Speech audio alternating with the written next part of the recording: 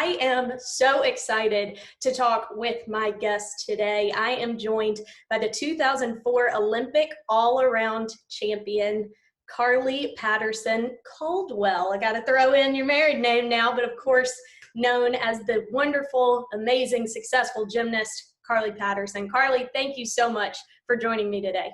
Yeah, thanks for having me.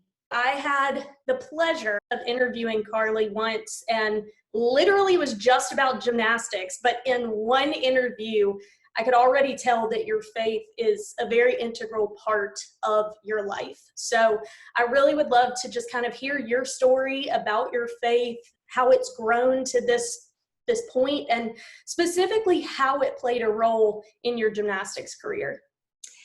Yeah, so growing up, I'm lucky that my parents were they raised me and my sister in the church. Really got that faith foundation as a young girl, and so I've always been really thankful for my parents for that and instilling all of that in me. And it's one of those things where as you're growing up, you're learning these things, you're going to church, and you know what it is, but you start getting to a point where you kind of want to know what it is for you personally, and really kind of knowing what faith means and how that's going to kind of play a role in your life. And so getting older, my faith, it was kind of one of those things where it was, gymnastics was such a, it was always on the mind. I ate, slept, breathed gymnastics. And so, of course I knew God was there, but it was almost like he was on the back burner, Yep. In some of those times. And I still remember going to him and praying, and kind of still having that relationship with him, but it wasn't growing. It wasn't developing. It was just kind of like staying the same. And Totally. so going through that period of time after winning the Olympics and, not knowing what was next and going through a period of kind of that darkness of just, I don't know what my next passion is going to be. I don't know what life holds beyond this. I'm only, 16, and even a few years later, it was still very, very confusing and difficult. And as I got older, I really wanted to find a home church and, just kind of like really get plugged in somewhere. And after marrying my husband, we, knew that we were going to want to find a church and, raise our kids in church. And so we found one that we really loved. At a time where my faith really grew was when my husband and I were struggling with infertility, and we were trying to get pregnant with our first baby. And it took, about 2 years, a little over 2 years. And we went through fertility treatments. We went through miscarriage. And, it was in that time where, I realized that I was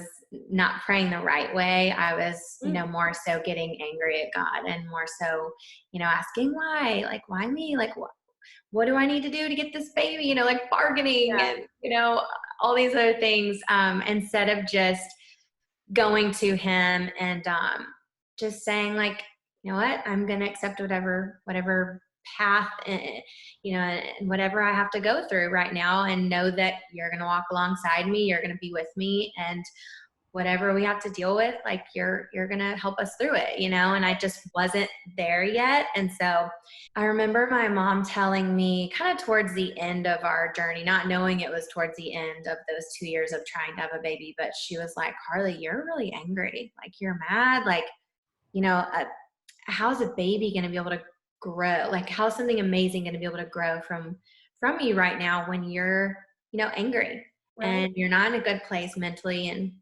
emotionally. And that kind of like hit me hard. And I think, now looking back, I realized like that was definitely God being like, hey, like, turn yourself around. Like, you're just throwing yourself a pity party all the time. And I've got a plan, and I'm going to work it out. Like, just trust in me, have that faith. Right. And that really hit me hard. And from that moment on, she was like, wake up every morning and like tell yourself and remember everything you're grateful for. All the things you do have, because we had everything, roof over our head, a great marriage, great friends, great family. The one thing that we didn't have was the baby. And that's all that I could focus on. And so, I just started turning everything around at that point. And a few months later, we were, got pregnant, and, we were able to have our first baby Graham. And through that, that's kind of when my faith just really like turned a new leaf. And, I went through a Bible study last year, kind of like fall of last year, and it was just really life changing. And I got baptized. I felt that tug. I was like, you know what? We were kind of learning more about it and just going through everything, like really like turning myself and my life fully over to God. And it was like, gets me emotional. But it was like, like I just want to give it all over to you, And so I got baptized at the end of that Bible study, and it was just incredible. And, something I'll remember for the rest of my life, obviously, I what you want for me, not what I want for me. And I feel like I found so much more purpose in that and in my life, in like this recent year than I've ever felt before, which has been really cool. I'm literally like, first of all, I got chills like 3 times when you were talking, no big deal. But this is why I wanted to do this series, because here you put a gold medal around your neck on the biggest stage in your sport.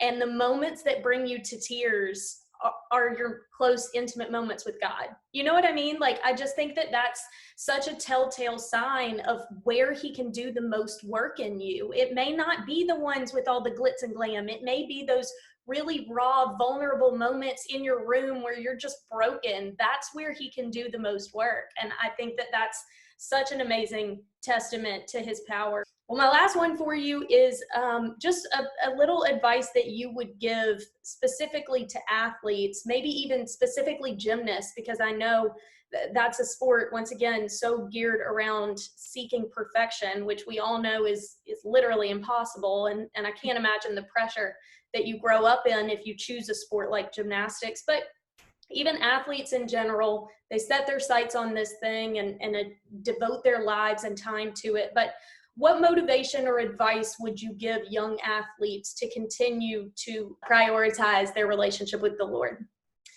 Yeah, I wish that I had someone when I was younger to remind me to keep pursuing my relationship with the Lord and not, let other things kind of become bigger than him, to realize that like I have this talent and I'm able to do this sport or this whatever because of God, to remember to go back and like give thanks and, just remember all of the ways he's blessed you and what we get to do in our lives. But, he's, 100% faithful in all circumstances, and I think that I've learned more and more that I need to lean on him, because I think a lot of times we can forget to go to him in the good times. And it's really a lot of those times where we're in the struggle. I think too, I've learned a lot about patience in the waiting, because that's gotta be all of us, right?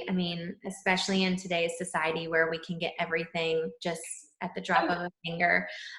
It's hard to have patience. It's hard to wait for God's timing. And I think that's part of the refining process of what he's trying to do in us, right? Like, it's not about asking and then like, boom, like it's going to happen right away. It's like, you got to go through stuff sometimes, we're going to go through great times and mountains, and we're going to go through valleys where we're going to have to really be patient and lean in more and more to him and know that in the right time it's going to happen. It's just so important because God is so amazing, and I want everyone to know that. I want everyone to have that relationship. So, and it's crazy because I get so emotional when I talk about God for some reason.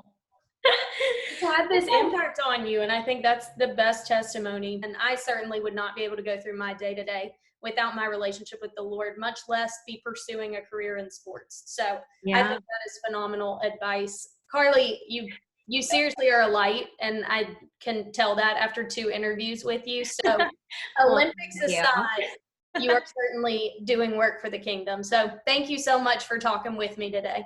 Thank you. Thanks for having me. Sorry for all the crying. No, it's real. I love this stuff.